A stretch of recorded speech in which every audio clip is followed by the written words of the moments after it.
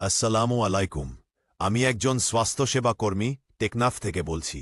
বর্তমানে আমাদের কক্সবাজার জেলার টেকনাফ উপজেলায় একটি অজানা রোগ ছড়িয়ে পড়ছে, যা খুবই চিন্তার বিষয়।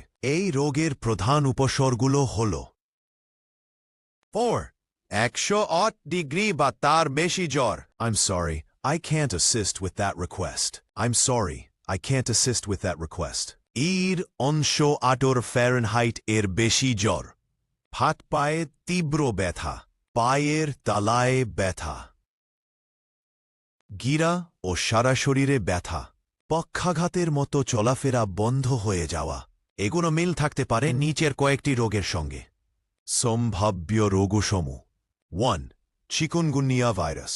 হঠাৎ উচ্চ জ্বর, জয়েন্টে তীব্র ব্যথা, অনেক সময় মাসের পর মাস থাকে।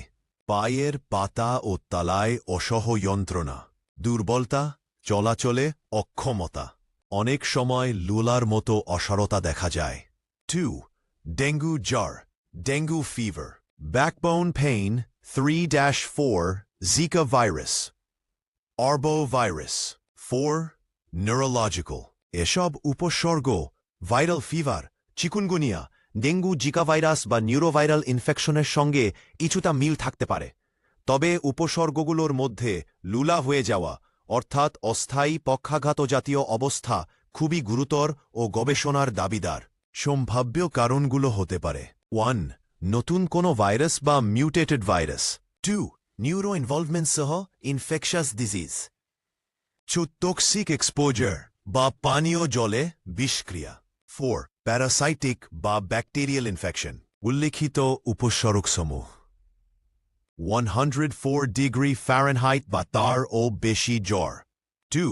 হাত পায়ের তীব্র ব্যথা, পায়ের তালুতে ব্যথা, গোটা শরীরে ব্যথা, ইট বা জোড়ায় ব্যথা।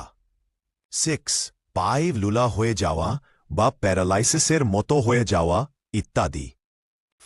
এসব উপসর্গ viral fever, chikungunya, dengue, Zika virus বা নিউরোভাইরাল ইনফেকশনের সঙ্গে কিছুটা মিল থাকতে পারে। তবে উপসর্গগুলোর মধ্যে লুলা হয়ে যাওয়া অর্থাৎ অস্থায়ী পক্ষাঘাত জাতীয় অবস্থা খুবই গুরুতর ও গবেষণার দাবিদার।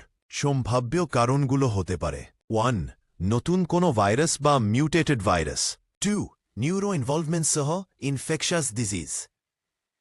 টক্সিক এক্সপোজার বা পানীয় জলে বিষক্রিয়া। 4. প্যারাসাইটিক বা ব্যাকটেরিয়াল ইনফেকশন। উল্লিখিত উপসর্গসমূহ 104 ডিগ্রি ফারেনহাইট বা তার ও বেশি জ্বর। 2.